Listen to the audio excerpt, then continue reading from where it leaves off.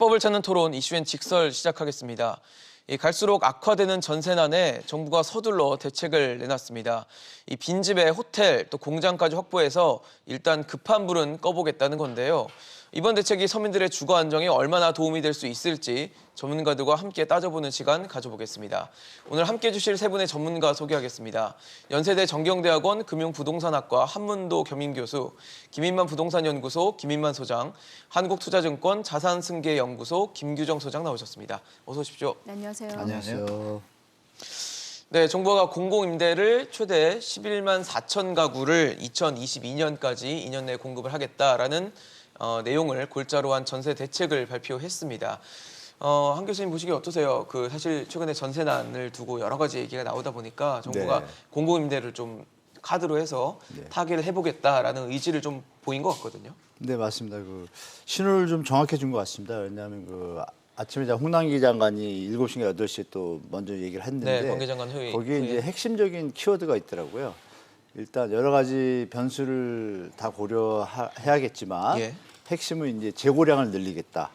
주택 양이 많아지면 당연히 가격 어떤 균형을 좀 하방으로 내려가는 효과가 있지 않습니까? 그래서 그 부분에 어떤 기점을 둔 것 같아요. 그래서 네네. 지금 호수에도 11.4만 원인데 기존의 서울시만 볼 경우에 평소에 입주하는 물량이 기존 3만에서 한 4만 정도가 필요하거든요. 입주 물량이 기본적으로. 예. 거기다가 이제 11.4만 원면은 전국인데 서울 같은 경우는 한 10,000에서 15,000원 정도, 15,000원 정도를 매년 추가적으로 하겠다는 얘기니까 네네. 분명히 좀 도움이 될 것 같고 시간이 또 흐르면 지금 심리적인 과도기의 어떤 임대차법으로 인한 그것이 이제 가격 임계점에 달았던 신호도 좀 있어요. 그래서 이거와 같이 시너지 효과가 나서 제가 볼 때는 좀 차근차근히 좀 안정을 좀 찾아갈 가능성이 좀 높다고 보고 있습니다. 나름 효과적인 대책이 될 수 있다고 보시는 거네요. 그냥 놔뒀어도 저는 가라앉을 거라고 예측하고 있었거든요. 왜냐하면 일단 거래량이 자꾸 줄고 있고요. 전세 예. 거래량이. 전세 매물은 그대로 유지가 되고 있습니다. 네네. 아파트가. 다만 이제 허위 보도나 과장 보도들이 너무 많아요. 제가 볼 때. 물론 일부 지역에서 선호 지역이나 좋은 아파트 이쪽 지역에는 전세 물건이 없습니다. 그러나 서울시 전체로 봤을 때는 그렇지는 않거든요. 예. 전세 전세 물량이 지금 2달 전하고 차이가 없어요. 그거는 의미하는 게 좀 다르지 않겠습니까? 그래서 제가 볼 때는 선호 지역과 비선호 지역을 전체적으로 볼 때는 여기다가 지금 추가적인 공급이 가해진다 그러면은 충분히 제가 볼 때 안정화 효과에는 도움이 될 거라는 게 보고 있는 거죠. 김 소장님 보시기 어떠십니까? 저는 교수님하고는 조금 반대되는 입장인데요. 네네. 방향성 자체는 맞는 것 같아요. 이게 결국 수요와 공급 입장에서 본다면 수요를 조절하기는 현실적으로 어려울 것 같고요. 공급 물량을 늘려야 되는데 공급 물량이라는 게 이제 민간 아니면 공공이잖아요. 네네. 우리가 그동안에 이제 민간 전세를 통해서 전세 물량을 많이 공급을 했는데 이제 매매 가격 상승이라든지 여러 가지 문제가 발생하다 보니까 네. 민간을 이제 규제를 하게 되면 당연히 공공 물량을 늘려야 되는 거는 맞고요. 그래서 방향성 자체는 잘 정했는데 민간을 규제하면 공공 물량을 많이 늘려야 되는 거는 맞는데 저는 너무 조급한 것 같다는 생각이 들고요. 이게 네. 11만 호가 단기간에 11만 호를 공급하겠다라고 했잖아요. 네네. 단기간이라는 전제 자체가 좋은 양질의 주택이 공급되기는 불가능한 수치거든요. 이게 단기간에 좋은 주택이 나올 수가 없고요. 얼마 전에 발표된 주거 계획을 보더라도 몇 년에 걸쳐서 이렇게 주택 공급이 나오는데 단기간에 공급된다는 얘기는 결국에는 많은 뉴스에도 나왔지만 호텔 개조한다든지 네네. 다가구 주택을 매입한다든지 그런 식의 원룸 위주의 공급이 될 수밖에 없어서 저는 약간의 탁상 행정의 한계가 좀 보이지 않나. 단기간에 빠른 시일 내에 많은 물량을 공급해서 물론 심리적 안정을 주는 효과는 있겠지만 예.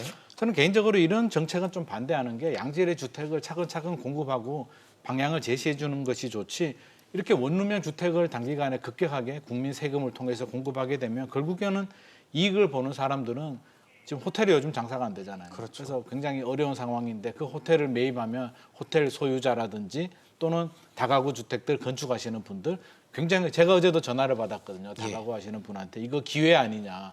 우리 이 기회에 미분양 낳는 거 또는 지금 계획을 하고 있는 걸 빨리 지어서 정부한테 팔아야겠다는 말씀을 하시는데 오히려 이런 분들이 더 기회를 잡지 않나 싶어서 우리 피 같은 세금이잖아요. 세금을 쓰는 데 있어서 저는 장기간에 좀 긴 시간을 가지더라도 양질의 주택 시장에서 원하는 거는 59제곱미터 또는 한 50제곱미터 정도의 소형 아파트잖아요. 그래서 양질의 주택이 공급할 수 있도록 차근차근 한 단계씩 좀 밟아가는 것이 좋지 않을까 싶습니다.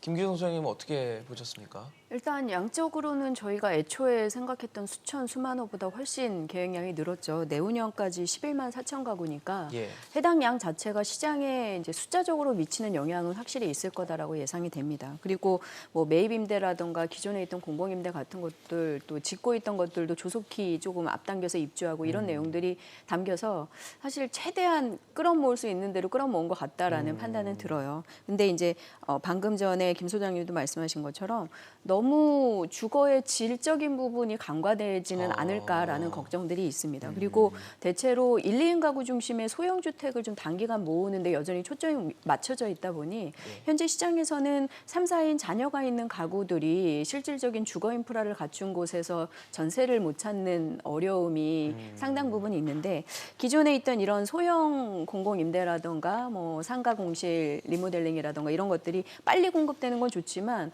주거의 질적인 부분이나 규모적인 부분 이런 것들을 맞추지 못하면 결국에 종전에 저희가 공공임대 공급했다가 공실난 그런 사례들처럼 수요자들이 계속 외면하고 다른 데서 전세 찾는 것들은 계속 해소되지 않을 우려도 있어서 계획 양 자체는 오늘 이제 저희가 확인을 했으니 예. 나머지 실질적인 공급되는 케이스들을 조금 면밀히 저희가 체크를 해봐야 될 필요가 있을 것 같습니다. 그렇죠. 사실 예상했던 것보다는 좀 더 많은 양의 공급이 가능해진 것처럼 좀 계획이 나왔기 때문에 뭐 양적인 부분이 만족이 됐다고 해도 지금 질적인 부분에 대한 뭐 의문을 던져 주신 거거든요. 네, 사실 맞습니다. 많은 분들이 입지가 좋은 곳을 아무래도 선호하는 거는 뭐 당연한 맞습니다. 얘기일 거고. 근데 과연 빈집이나 뭐 호텔 혹은 뭐 공장 그런 곳의 입지라든지 환경이 과연 얼마나 괜찮을까? 빈집이 된 데는 이유가 있을 거 아니겠습니까, 분명히. 그러면 이 질적인 부분에 대한 보완은 어떻게 해야 될까요? 일단 빈집 말고 이제 호텔부터 말씀드리면요. 예, 예. 호텔은 일단 입지가 기본적으로 좋죠. 호텔은 입지가 좋은데 주로 매입 과정이나 상업지구나 뭐 유흥가 쪽에 있는 경우가 좀 꽤 있지 않나요? 관광 지금 호텔 같은 정부가 추구하는 호텔은 그런 쪽이 아니고요. 지금 뭐 시중에 이 코로나로 인해 가지고 호텔 매물이 많이 나와 있습니다. 그러니까 일반 뭐 중저가 어떤 모텔보다는 좀 중대형 호텔들이 많이 나와 있습니다. 매물이 뭐 강남 지역도 매물이 나와 있고 그래서 네. 그런 부분에 좋은 곳을 저는 그걸 할 거라고 보는데 네. 지금 말씀하신 것처럼 모텔이라고 그러면 이건 심각하게 고려해야 되는 것이고요. 그쪽이면 그건 주거 환경이 안 좋지 않습니까? 그건 욕을 먹기 때문에 정부가 안 할 거고요. 제가 볼 때는 기존에 지금 주택 매물이 많이 나와 있습니다. 호텔이. 그래서 그 부분 중에 좀 취사 선택해서 좀 주거 환경도 받쳐주고 이런 걸 할 텐데 호텔의 규모가 일단 뭐 우리 말씀 주신 것처럼 위원님이 어떤 주거의 질적인 측면에서 사이즈가 뭐 스위트룸 빼고는 나머지는 좀 작잖아요. 그렇죠. 그리고 보통 완전 표준화되어 있는 수준이기 것들은 좀 때문에 작게 돼 있죠. 벽을 트고 이런 뭐 구조적인 문제까지 고려를 해야 되는데 이제 표현을 뭐라 하냐면 내년 하반기까지라고 표현했습니다. 네네네. 바로 하겠다는 게 아니라 그리고 초반에 말씀드린 몇만 원에 대해 2, 3만 원에 대해서는 지금 그 공실이 있어요. 그 LH 갖고 있는. 네네. 그 공실들이 지금 시스템이 어떠냐면 대기자들이 있을 때 대기자들을 하나하나 심사하고 해서 차근차근히 하기 때문에 그래서 순간적으로 미스매치가 나가지고 몇 개월 동안 비어 있습니다. 근데 그 행위를 빨리 하겠다는 겁니다. 3.9만 호가 지금 공실이에요. 네네. 서울 수도권에서 그거를 바로 입주자 공고를 내서 그냥 한꺼번에 빨리 받아들이겠다는 거고 이제 조건도 조금 완화시켜 주겠죠. 네네. 소득 그래서 기준, 그런 뭐 효과가 자산 있기 기준 때문에 이런 아까 것들. 우리 저 소장님이 말씀하셨지만 몇만 원 정도는 빨리 공급이 될 수 있다는 대책을 내놨다고 좀 말씀드리고 싶고 나머지 부분은 1년 정도 기다린다. 예. 텀이 좀 있다. 그러나 1년 안에 이렇게 한 달에 어떤 신호를 줬기 때문에 시장에서 이제 주거의 질적인 측면에서 소장님, 위원님 말씀대로 실수를 해가지고 또 완룸 쪼가리 뭐 이렇게 개수 늘리느라고 이러면은 이제 더 난리가 날 거고요. 조금 괴롭겠지만 정부 입장에서는 자금이 많이 들어가더라도 의지를 보이고 살만한 주택을 지어준다라면 네. 그래도 국민들이 좀 따라주지 않을까 좀 그렇게 보고 있습니다. 지금 사실 호텔 얘기를 해주셨는데 기존에 이미 이 호텔을 개조한 경우가 꽤 있습니다. 네. 뭐 역세권 청년주택이라고 해서 이제 예, 기존에 있는 호텔을 주거 형태로 지금 저희 화면에도 나가고 있는데 네. 뭐 보면은 이미 실패했다라는 좀 표현을 쓰긴 썼는데 많은 분들이 입주를 좀 포기를 했어요. 아무래도 이 누리는 어떤 공간의 만족도에 비해서 월세라든지 지출들이 굉장히 많다라는 얘기가 있고 또 많은 분들이 지적을 하셨던 게 이제 창문이 너무 작아서 환기 시설도 잘 안 돼 있고 뭐 수도 시설을 어떻게 만들어주긴 했는데 굉장히 좁고 뭐 그리고 이 난방 시설도 이제 바닥에 온돌이 깔리고 보일러 깔리는 게 아니라 이제 히터로 공급되는 것이다 보니까 굉장히 뭐 삶의 질적인 만족도가 떨어진다라는 지적들이 기존에도 있어서 아 이번에도 이러면 어떡하지라는 우려가 나올 수밖에 없을 것 같거든요. 이게 굉장히 중요한 포인트인데요. 잘하면 괜찮거든요. 호텔이라고 해서 우리가 무조건 배척할 필요는 없고요. 예. 지금 어차피 주택이 부족하고 뭐 소형 아파트도 부족하지만 사회 초년생들, 대학생들, 또 젊은 세대들이 거주하는 1인 주택도 뭐 부족하기 때문에 양질의 주택을 공급한다는 부분에 대해서는 저도 긍정적으로 평가는 해주고 싶은데요. 잘해야 되거든요. 과거 사례를 보면 왜 실패했냐면 여러 가지 시설적인 부분뿐만 아니라 가격 자체도 좀 비쌌거든요. 이게 그냥 좀 저렴하게 하면 짜서 불편해도 이렇게 살 수가 있는데 아까 그 화면에도 보셨다시피 옵션비가 몇십만 원에서 뭐 70만 원, 80만 원까지 올라가 버리니까 그러니까요. 젊은 세대들이 한 달에 뭐 60만 원, 80만 원 내고 1인 전용 한 6평 정도 되거든요. 그 정도 공간에 바닥 난방도 안 들어오고 여러 가지 불편한 주택에 살기가 힘들다 보니까 이제 꺼려하게 되고 결국에는 실패를 연결이 했는데 네. 사실 요즘에 뭐 요즘이 아니라 젊은 층들이 특히 대학생들 위주로 해서 왜 그 고시원에 들어가는 경우들이 있잖아요. 네네. 근데 창문이 있냐 없냐에 따라서 또 가격이 달라지고 이런데 굉장히 중요하죠. 그 몇만 원 아끼려고 사실 창문 없는 데를 선택할 수밖에 없고 이런 게 현실이잖아요. 맞습니다. 네. 그래서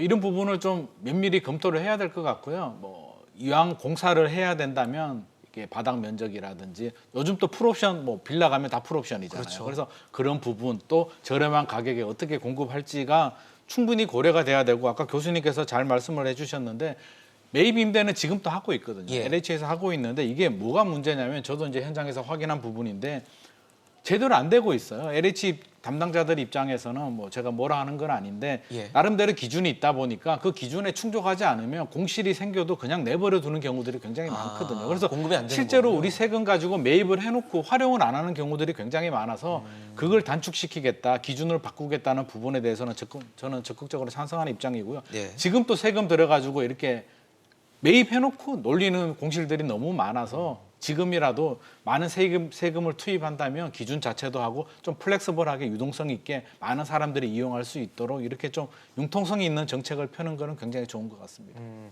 결국은 필요로 하는 수요자들의 눈높이에 맞을 수 있느냐 없느냐가 굉장히 중요하지 않을까요? 네, 지금 얘기도 계속 나오고 있는데 호텔 같은 경우는 종전 사업이 민간에서 약간의 리모델링을 거쳐서 공급을 하면서 임대료를 받고 부족한 임대료나 이제 지원비 같은 것들을 정부가 보조해 주는 방식이어서 사실 최종 월세도 그렇게 저렴하지는 않았습니다. 근데 개조된 형태도 기존의 호텔 시설에서 별로 바뀌지 않아서 만족도가 굉장히 낮아서 계약 포기 사례가 높았던 것으로 알아서 지적하신 것처럼 이번에 만약에 도심의 호텔 뭐 영업이 안 되는 것들 네네. 저희가 운영을 하게 된다면 사실은 기존에 민간이 개조를 해서 단순히 임대하는 방식을 해서는 좀 운영이 적절치 않을 것 같고 근데 좀 걱정은 그걸 또 정부가 사들여서 아예 개조를 해서 한다면 상업지역이기 때문에 기본적으로 지대가 좀 있어서 그렇죠. 매입 수지나 이런 것들이 좀 맞을 수 있을지가 좀 걱정이 되기는 합니다. 그리고 이제 호텔 같은 경우는 아까 이제 입지가 도심에서 뭐 교통이나 이런 건 좋을 수 있고 그렇죠. 하긴데 3, 4인 가구에는 적합치는 않아요. 그래서 이제 1, 2인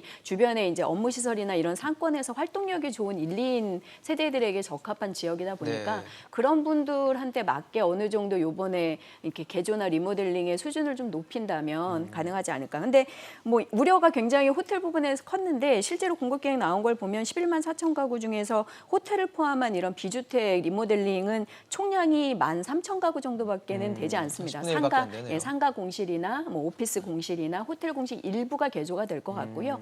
공장 같은 아예 주거 지역으로 적합지 않은 곳들은 이번에 제외를 한다고 발표가 됐어서 그런 부분까지 걱정하실 필요는 없을 것 같아요. 근데 마지막으로 이제 이번 계획 중에서 제일 많은 물량이 39,000호 정도 내년 상반기에 예. 즉시 공급되는 공공임대 중에 현재 비어 있는 것들 그렇죠. 3개월 긴급 이상 활용 비어있는. 예, 물량이 굉장히 많은데 사실 걱정하시는 분들이 기존의 공공임대 소득이라든가 이런 요건이 까다로운 부분도 있었지만 공간이라든가 입지라든가 시설 같은 것들이 눈높이에 맞지 않아서 공실인 경우들일 텐데 예. 나와도 누가 이제 청약을 해서 매력이 좀 없을 들어가겠느냐. 것 예, 같은. 매력이 떨어진다. 네. 주거 공간으로 적절할지 눈으로 좀 확인을 해야겠다라는 그렇죠. 말씀드려서 실제 이 부분이 빨리 공급될 수 있는 재료기는 하지만 수요자들에게 만족도를 줄 수 있을지는 조금 여전히 확인할 부분으로 남아 있습니다.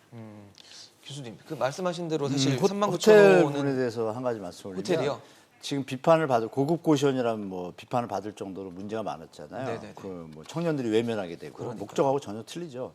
이거 비판을 받아야 할 뜻은 제가 볼 때는 이제 정부하고 그 지자체입니다. 왜냐하면 호텔을 개조해서 청년 역세권 주택이라고 해서 그러니까요. 정부의 저리 자금을 빌려 가지고 네. 우리 세금이잖아요. 그러니까요. 세금을 가지고 공사를 하면 지금 무슨 위원님 말씀하신 대로 사람 살만하게 만들어 놓고 적당히 하는 게 정상이잖아요. 그렇죠. 이거 뭐 외면할 정도의 돈을 다 이거 흘려버린 거예요. 이건 정부나 저 지자체가 감시 감독도 잘 못했고 준공 검사를 안 내주면 되잖아요. 허가를 안 내지. 그러면 예를 들어서 지금 고치는데 바닥 난방 얘기하셨잖아요, 앵커님이. 바닥 난방 그거 싹 뜯어 고치는데 500이면 됩니다. 조그만 원룸 같은 거 한 400이면 되고요. 전체 단지를 할 때 평균 값입니다. 그리고 샤시 같은 거는 창문 뜨는데 제가 단체로 주문해 봤거든요. 네네. 뭐 싸면 80에서 120이면 이만한 테라스 창 나옵니다. 그러니까 의지의 문제인 거죠. 근데 돈은 돈대로 들어가고 그런 거 아무것도 안 하고 도리어 옵션을 붙여가 이런 행위들을 방치한 지자체나 정부가 문제가 있는 것이고 다만 이번에 조금 차이점을 제가 느꼈던 것은 뭐냐면 매입해서 한다 그랬어요. 네네. 사들이는 주인이 민간이 아니라 공공이잖아요. 그럼 공공이 그런 짓을 할 거는 아니라고 좀 볼 수가 있잖아요. 그럼 그래야 창문도 좀 되죠. 넓혀줄 거고 뭐 바닥도 깔려고 애를 쓰겠죠. 네. 비용 계산해서. 근데 이제 어떻게 될지는 두고 봐야겠지만 문제는 이제 아까도 말씀드린 그 평수가 좀 2, 3인 가구가 살 만한 곳을 해야 되는데 그걸 늘리면 개수가 줄니까 고민스러울 거고 이런 고민들을 좀 할 건데 결과를 한번 지켜보고 그때 가서 다시 한번 뭐 전문가들 여론을 듣고 또 수정해 나가면 될 것 같은데 방향성은 일단 좋은 것 같습니다. 매입해서 공급을 하니까 네네네. 말씀대로 좀 좋게 해서 내렸으면 뭐 좋을 것 같습니다. 제가 볼 때. 비주거용 중에 일부는 이제 매입해서 아예 신축에 준할 정도로 리모델링을 하겠다고 해요. 오. 매입 약정처럼. 그래서 그런 것들은 이제 교수님이 말씀하신 것처럼 공간도 조금 다양하게 하고 할 수 있을 것 같고. 근데 이제 기존에 있던 것들을 약간 손보는 것들은 결국에는 저렇게 1인용 네, 방 네. 정도의 원룸처럼. 기본 원룸처럼밖에 나올 수 없어서 그런 것들을 더 신경 쓰지 않으면 안 될 것 같아요. 기존의 공공임대 청년주택도 사실 인터뷰를 해보면 네네. 살펴보신 분들이 거주 환경이나 이런 것들이 너무 좀 열악해서 아. 결국에는 조건이 돼도 포기하신다는 말씀을 하시는 경우 많이 들었거든요. 그래서 개조를 빨리 하는 것도 중요한데 네. 어느 정도 수준을 맞춰주는 거에 좀 더 이번엔 초점을 맞춰줘야 될 것 같습니다. 좀 청년들이나 이 지금 이번에 공급을 하려는 대상이 되는 분들의 목소리를 좀 들어보고 정부가 어떻게 해야 될지 좀 방향성을 자세히 잡아가면 어떨까 하는 생각이 듭니다. 교수님 말씀대로 아니, 정부가 지자체가 잘 관리를 해서 다 알죠. 정부가 모르겠어요. 다 아는데 네. 관리를 똑바로 안 하는 거죠. 일을 제가 볼 때. 그거 뭐 어렵습니까? 가가지고 자기 아들이 간다고 생각해 보세요. 담당 공무원이. 그렇게 생각 안 하는 창문 것 딱 같아요. 보면 그럼 얘기를 해야 되는데 안 하잖아요. 뻔한 거 아니에요. 뒷 커넥션은. 그런 거를 이제 정부에서 잘해줬으면 하는 바람이 있습니다. 네네. 여기까지 말씀드릴게요. 너무 알겠습니다. 불편한 소리니까. 네. 사실 뭐 정부의 의지는 확고합니다. 지금 전세난을 어떻게든 해결해 보고자. 그리고 사실 뭐 3기 신도시라든지 공급 계획이 있지만 아직 시간이 좀 많이 남아 있기 때문에 지금 이 당면한 문제를 좀 해결하고자 임대주택을 지금 통해서 공급을 하겠다는 건데 앞서 말씀하신 빈집 한 3만 9천 호 이거를 3개월 이상 지금 놀고 있는 공간을 제공을 하면 그거는 국민들의 눈높이에 좀 맞을 수 있을까요? 굉장히 뭐 효율적인 정책이긴 해요. 지금 또 공실이고 제대로 활용 안 되는 부분을 네네네. 제도 개선을 해서 빨리 공급을 해준다는 건 좋은데 그동안에 공실이 되고 기준이 안 맞았다는 얘기는 시장의 수요자들이 아무래도 선택함에 있어서 공간적인 그렇죠. 문제라든지 등을 여러 돌렸기 가지 때문일 텐데요. 불편함이 있었을 것이고요. 저는 두 가지를 지적하고 싶어요. 그걸 어떻게 개선을 하고 아까 교수님께서도 말씀하셨듯이 여러 가지 불편한 창이라든지 여러 가지 불편한 점을 어떻게 개선하느냐고 또 하나는 결국에는 돈이거든요. 어느 정도 비용을 지불하더라도 만약에 저렴하게 되면 다소 불편하더라도 충분히 감내할 수 있는 수준이잖아요. 예. 그래서 이왕 국민을 위해서 이렇게 좀 좋은 정책을 공공임대 아파트를 한다면 좀 현실성 맞게 약간 좀 혜택을 주는 입장에서 뭐 시세보다 뭐 약간 저렴한 수준 네네. 이런 거보다는 좀 더 파격적인 혜택을 좀 주는 것이 맞지 않을까. 우리 분양 전환 주택도 뭐 주변 시세 대비 80% 한다라고 하지만 10년 동안 집값이 많이 올라가지고 80%도 부담스러운 분들이 부담스러울 수 굉장히 있죠. 많거든요. 예, 그래서 맞아요. 너무 이게 계산적인 뭐 우리가 책상에서 계산만 네. 하지 말고 진짜 그 사람 입장에서 내 자식 내가 입주한다면 어떨까 이런 생각을 좀 가지고 좀 더 시장에 맞는 현실성 있는 좀 계획과 정책을 좀 짜주었으면 좋겠습니다. 사실 요즘에 아파트들, 특히 민간 아파트들 같은 경우는 왜 단지 안에서 모든 것들이 좀 가능하게끔 돼 있는 것들이 많잖아요. 네, 뭐 맞습니다. 편의점도 예, 있고 예. 뭐 운동사 할 수 있는 시설들도 있고 그다음에 조경들이 굉장히 또 잘 돼 있어서 이제 그렇죠. 그 단지 안에서 많은 것들을 누릴 수 있게 하는 것들이 트렌드가 돼 있는데 뭐 그 정도 수 민간이니까 이제 그 정도 수준까지는 아니더라도 어쨌든 그런 눈높이에 맞을 수 있는 기존의 것들을 해낼 수 있어야 되는데 과연 이 짧은 시간 안에 얼마나 이걸 정부가 공실의 퀄리티를 높일 수 있을까에 대한 의문은 좀 생기거든요. 공공임대 공실의 퀄리티 자체를 높이지는 못할 것 같아요. 제가 볼 때는. 근데 다만 이제 소득 요건이나 이런 것들이 굉장히 까다로운 부분이 있었거든요. 예, 예. 뭐 영구 임대라든가 뭐 행복주택이라든가 이런 것들이 기본적으로 최대 이제 근로자 소득이 100% 아래입니다. 뭐 50%, 100% 이러니까 어느 정도 실질 명목 소득은 좀 되시면서 전세 월세 구하지 못하셨던 분들은 사실 들어가실 자격 요건 두드릴 수가 자체가 안 없네요. 되거든요. 그래서 공실이었던 것 중에 실제 이제 아주 서민계층에게 돌아가야 되는 대기 수요 있는 그런 것들 빼고 네. 바로 공급할 수 있는 것들 중에 소득 요건 같은 것들을 조금 넓혀서 전세로 공급하겠다라는 거여서 네. 그 부분에서는 종전 공공임대 공실로 남아있을 때보다는 그래도 급하게 전세를 못 구하시는 분들 일부는 그쪽에서 조금 충당이 되실 것 같기는 해요. 근데 그 중에서 이제 면적이 너무 좀 작은 부분 그리고 위치가 좀 열악한 곳들도 있을 그렇죠. 거거든요. 예, 그런 예. 곳들은 여전히 이제 도심 직장 출퇴근하시는 가구형 이제 뭐 3, 4인 세대형 이런 분들은 전세로 전환이 되고 소득이 좀 풀려도 들어가기는 조금 어렵지 않을까. 그래서 이런 것들은 좀 더 이제 전세형을 원하는 소규모 가구들에게 조금 더 빠르게 공급이 될 수 있지 않을까 싶습니다. 교수님 보시기에는 어떠세요? 이게 짧은 일단 시간 내에 뭐 어느 정도 이 공실이 불만을 있다는 자체는 무슨 만족시킬까요? 이유가 있잖아요. 그러니까요. 뭐 입지가 안 좋다든지, 네. 가성비가 안 좋다든지, 네. 뭐 시설이 임대료가 좀 비싸다든지, 안 좋다든지. 뭐 하여간 그러니까 외면받는 거잖아요. 네, 네, 그러니까 네. 이번에 표현하기는 그런 표현했단 말이야. 임대료가 비쌌다든지, 그죠? 그러면 그걸 전세로 돌린다 그러니까 일단 전세예요. 그러니까 조금 저렴해지겠죠. 그럼에도 불구하고 가성비 별 차이가 없고 입지가 떨어지면 안 가죠. 그렇죠. 그럼 어떻게 될까요? 더 내려야죠. 그 가격을 더 내리든지 아니면 말씀 주신 것처럼 안에를 좀 더 멋있게 공간을 좀 살 수 있고 편의성을 제공한다면 교통 정도 입지를 극복할 수 있는 수준에 제공을 해야겠죠. 예. 그러니까 이거는 제가 볼 때 결론은 그거예요. 정부의 의지, LH 일하시는 분들의 의지, 진짜 나라의 녹을 먹는 분들이 요번에 이렇게 전세 나는 국민을 생각하셔서 지금 편하게 나라의 녹을 먹고 계시잖아요. 그럼 서민들을 위해서 진짜 자기 일처럼 자기 일처럼 한다라면 잘 풀릴 거라고 보고 있습니다. 근데 안 한다라면 또 비판을 받겠죠, 분명히. 또 외면받고. 네. 저는 그런 생각은 들어요. 이게 지금 11만 호 나왔는데 예. 뭐 숫자가 이게 11만 호가 공급이 되면 전세 시장이 안정이 되고 뭐 9만 호가 공급이 되면 전세 시장이 불안해지고 뭐 이런 건 아니잖아요. 그렇죠. 최대한 늘리고 싶은 마음은 이해가 되는데 가격적인 문제도 있겠고요. 지금 호텔에 대해서 이제 여러 가지 의견들이 굉장히 많잖아요. 요즘 젊은 세대들이 물질적인 풍요로 살고 뭐 부모님 집에서 아파트에서 옛날처럼 뭐 고생하면서 이렇게 산 세대들이 아니기 때문에 어차피 그렇게 하겠다라고 한다면 저는 내부 시설도 그렇지만 요즘 운동 시설들 있잖아요. 네, 피트니스 인프라들이. 시설이고 호텔 같은 경우에 숫자만 늘리는 것도 중요하지만 숫자를 약간 줄이더라도 그 비용을 가지고 공용이 이용할 수 있는 운동 시설이라든지 여러 가지 커뮤니티 시설을 좀 잘 해놓는다면 충분히 좀 부족한 부분을 좀 커버할 수도 있고 단지 가격을 많이 낮춰서 결국 세금이 투입이 된다면 저렴하게 공급하는 것도 있겠지만 네네. 많은 젊은 수요자들이 난 저기 들어가서 살고 싶어. 저기 너무 좋다고 하더라. 뭐 시설도 좋고 커뮤니티도 좋고 헬스장도 좋고 뭐 그렇다면 입소문이 나면 또 굉장히 선호도가 올라갈 수는 있거든요. 네네. 그래서 단순히 숫자만 좀 늘리는 것도 중요하겠지만 물론 목표 달성을 해야 되겠지만 그런 양적인 숫자 목표보다는 질적으로 해서 진짜 나라면 진짜 들어가서 살고 싶다. 나도 살고 싶다. 이 정도 마음이 들 정도로 좀 잘해주셨으면 좋을 것 같습니다. 네. 사실 질과 양의 균형을 맞춘다는 게 참 어려운 일인데 정부가 이번에 어떻게 해낼지 지켜봐야 될 부분이라고 생각이 됩니다. 사실 지난 9월 말에 공고했던 그 제2차 국민임대주택이 있었는데 경쟁률이 10대 1을 기록했더라고요. 올 들어 처음으로 두 자릿수 경쟁률을 기록을 했다고 하는데 아무래도 전세난이 너무 심해지다 보니까 이제 국민임대주택도 경쟁이 굉장히 치열해지는 그러니까 부동산 시장 전체가 다 치열한 경쟁을 피할 수 없는 그런 상황이 돼버린 건 아닌가. 사실 국민임대에 들어갈 수 있는 이제 대상이 되시는 분들이 굉장히 소득이 높지는 않으실 것 같고 지금 뭐 자산 가치도 그렇게 많이 갖고 계신 분들이 아닐 텐데 이분들에게 10명 중 9분은 이제 집에 못 들어가시는 거니까 이렇게 경쟁률이 또 심해지는 것들은 또 우리 부동산 시장에 어떻게 또 해석을 해야 될지 어떻게 보고 계셨습니까?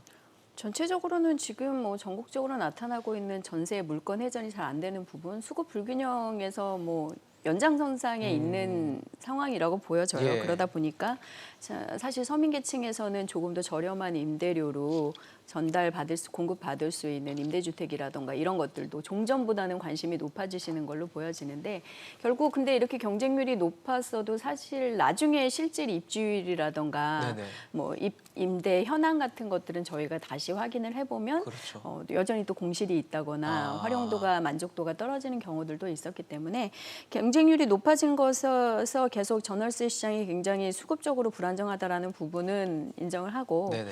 방금 계속 말씀 나눈 이제 국민임대라든가 이런 것들도 저희가 좀 더 이제 임대료를 맞추는 것도 중요하지만 주거의 질적인 부분을 좀 단계별로 끌어올리는 계획들이 필요하거든요.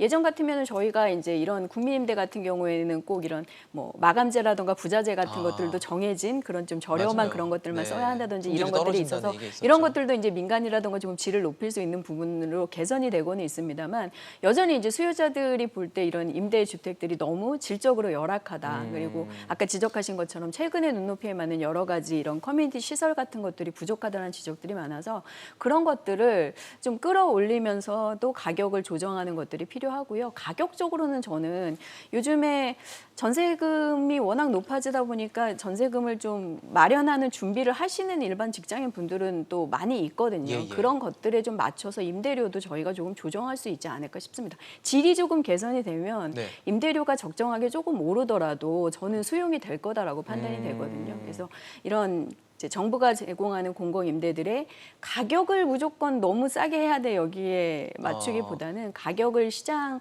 이제 임대 수준에 맞춰서 예. 조금 높아지더라도 질적인 부분을 저희가 좀 상향시킬 수 있다면 선택받을 수 있을 거라고 생각합니다.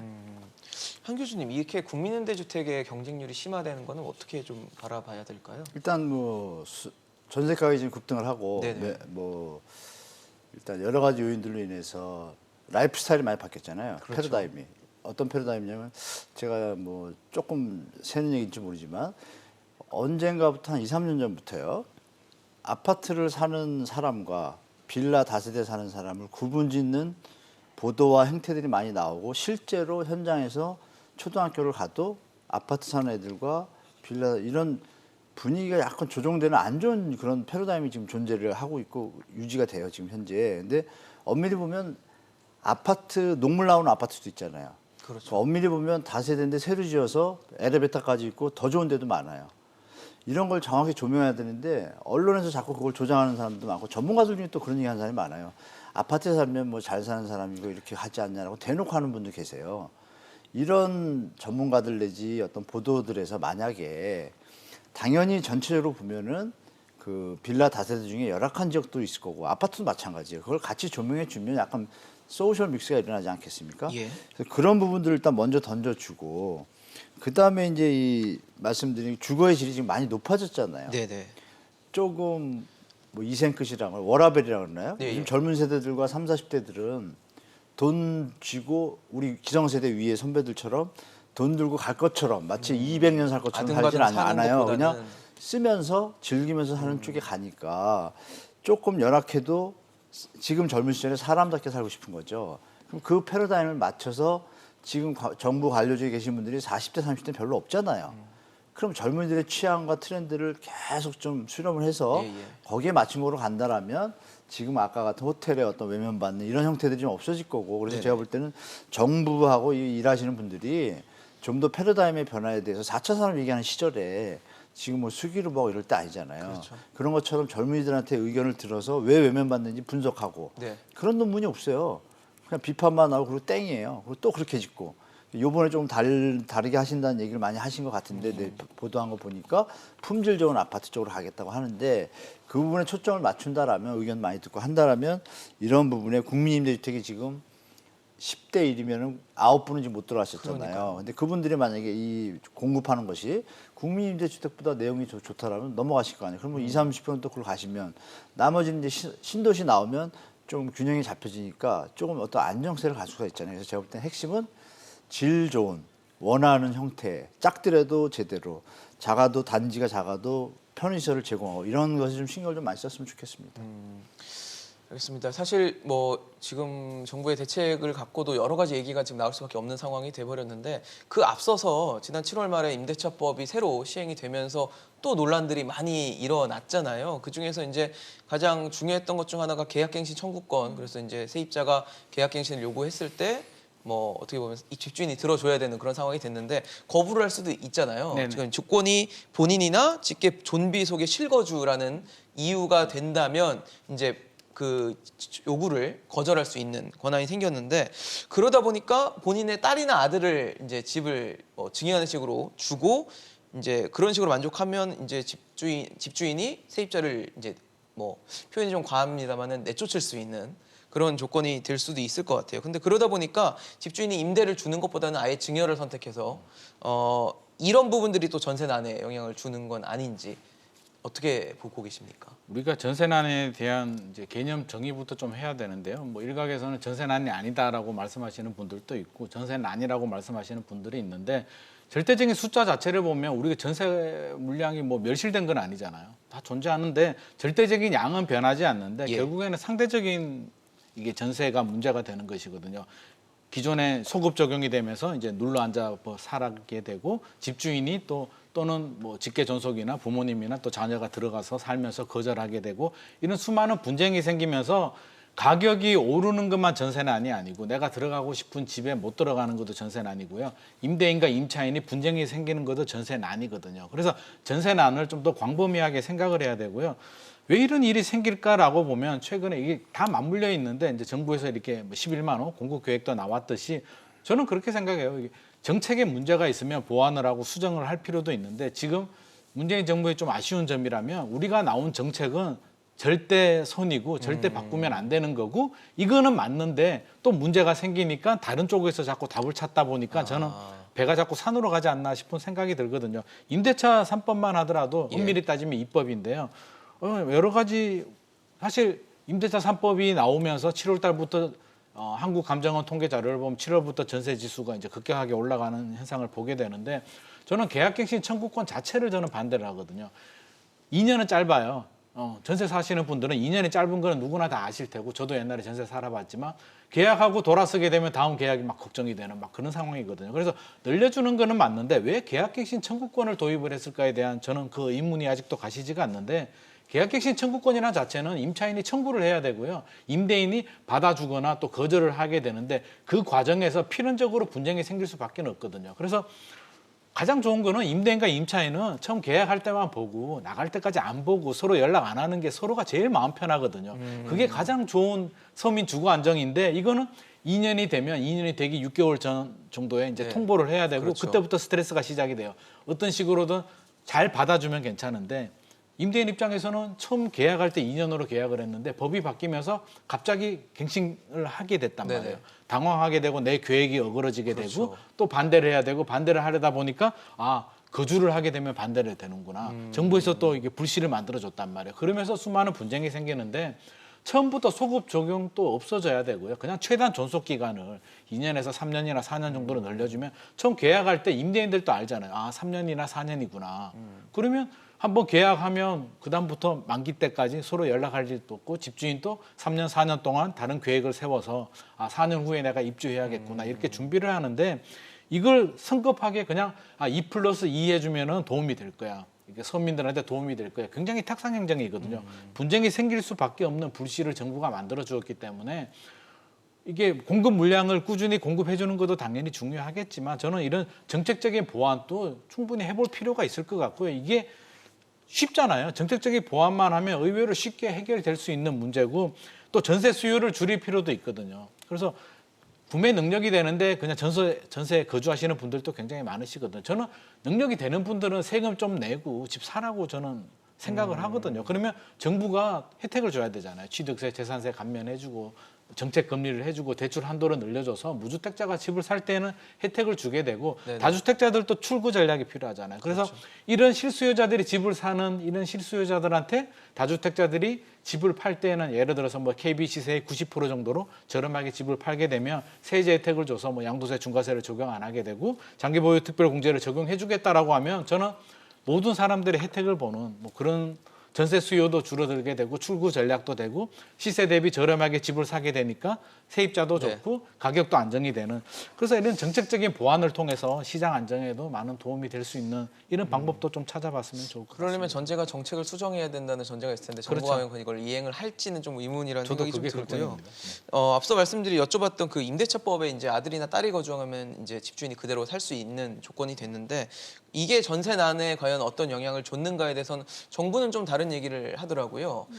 딸과 아들이 살던 집에서 이제 지금 세입자가 사는 집으로 오면 이 집이 비지 않냐, 여기 전세가 또 공급이 물량이 하나 나오니까 그렇게 전세난에 영향을 주진 않았을 거다는데 뭐 가족들이랑 같이 살다가 빠져나가면 그런 일은 또 없어지는 뭐 그런 상황도 생기잖아요. 실제로 자녀 거주로 기존 세입자를 내보내고 옮기는 경우에 뭐 자녀들이 다른 곳에서 전세를 살다가 오시는 경우들도 있어요. 그렇죠. 그런 경우에는 그 집은 또 비게 될 테니 그렇죠. 이제 정부의 논리가 맞을 수 있는데 실제로 현장에서는 같이 거주하던 좀비속 부모님이나 이제 직계 자녀들이 사실 이제 전월세 상한제라든가 계약갱신 청구권에 이제 좀 대응하는 방어 논리로 같이 거주를 하다가 이제 거주를 분산해서 하는 경우들이 적지 않게 체크가 되고 그러면은 있고요. 세입자가 살던 집에는 자녀들이 들어가고 그렇죠. 기존 집에는 부모님이 전세는 사시는 거잖아요. 줄어들게 되는 게 맞습니다. 그런 경우에는. 그리고 여전히 이제 양도세 부담 때문에 뭐 종부세 같은 것들 때문에 분산하고 싶어도 하지 못하시는 분들이 저희가 증여취득세를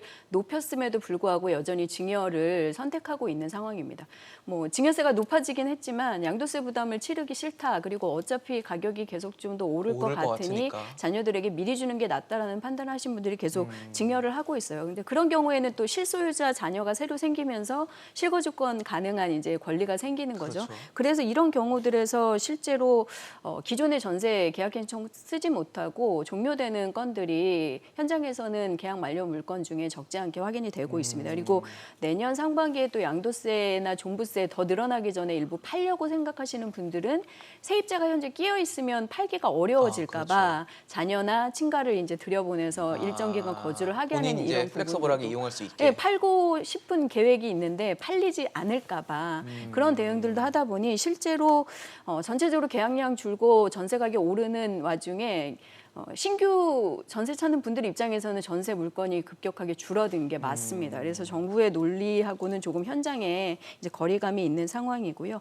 그러다 보니까 현장에서는 내년에 이제 정부 제도 의도대로 팔려고 하는 분들이 네네. 세입자가 끼어 있으면 계약갱신 청구권이나 이런 게 복잡해져서 팔지 못할까 봐 이렇게 또 전세를 종료시키는 경우들도 있으니 이런 분들에 대해서는 뭐 종부세나 양도세 이제 중과 시기 같은 것들을 좀 전세 계약을 계속하는 경우에는 좀 유예해 준다던가 이런 현장에 맞춘 조정 유예 정책들이 좀 논의돼야 되지 않느냐 이런 얘기들도 하고 계시고요.